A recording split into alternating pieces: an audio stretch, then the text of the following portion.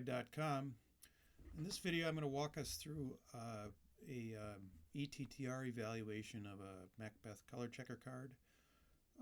What we're looking at right here is the histogram that the camera shows us at a plus 7/3 over metered exposure.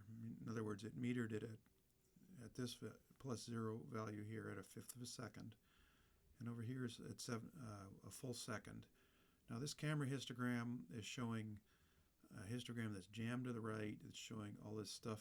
That's actually the blinking highlights that didn't capture well. But you can see it. There's blinking highlights on a bunch of stuff. And what I want to show is that there is a optimal exposure at 4/3 of a stop. And you can see the histogram still looks blown out.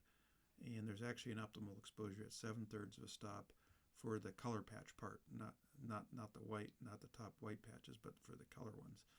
So how do we know that? Well, the camera's not going to help you here, and if you see my previous video, you'll find that ISO 50 is much more helpful than ISO 100 if you're shooting ETTR. So to check out that video. I didn't know that at the time I shot this, but I've now made that determination. So let's look at the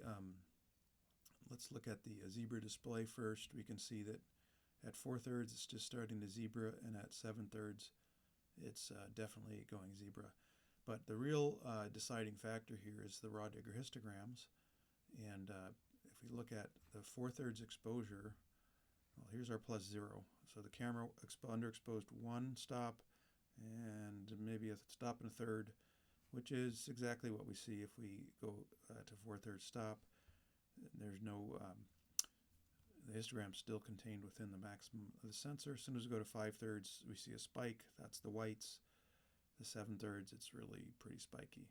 But what about the color patches? The color patches, you can see at 7/3, 4/3, the color patches are still a full stop under maximum, but at 7/3 they're maxed out. So basically the whites limited to 4/3. And so the way we've decided that this is the right exposure, to recap, is we have gone into RawDigger and we've looked at what the actual histogram is.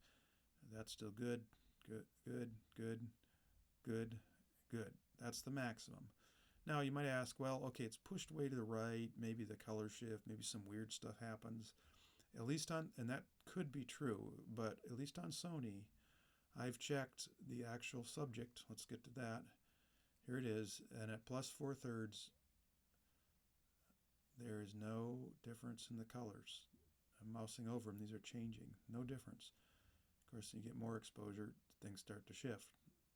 You can see that. But it's actually not until up through plus 7/3, those color patches do not change. So those color patches can take 2 1/3 stop more. It's at beyond plus 4/3, there's very subtle changes in these two top white patches at plus 5/3, 6/3. It's so little it's even hard to see it, but I measured it and it's there. So if there are bright highlights, you have that. But there's still actually excellent detail still recovered up to 7/3. So if it was a priority to render these colors and the dark tones with high quality, the plus 7/3 would have actually been the perfect exposure. You might have had a little bit of weirdness in the highlights here and there. It's going to depend on the scene. Anyway, that's our original subject, and there is no color shift in the colors up to plus 7/3. None. It's not until plus 8/3 you start to see the yellow shift a little bit there, and then more in the other colors at 9/3 at plus 3 stops. So plus 4/3 optimal when you include this brightest white patch, plus 7/3 for the colors. And just to recap, here's our plus 4/3 exposure. The camera's telling us that we're blown in these whites and here, and the histogram looks terrible. So the camera is basically lying to you, not lying, but it's based on a JPEG which has everything baked in on certain assumptions, but that's no good for an ETTR shooter.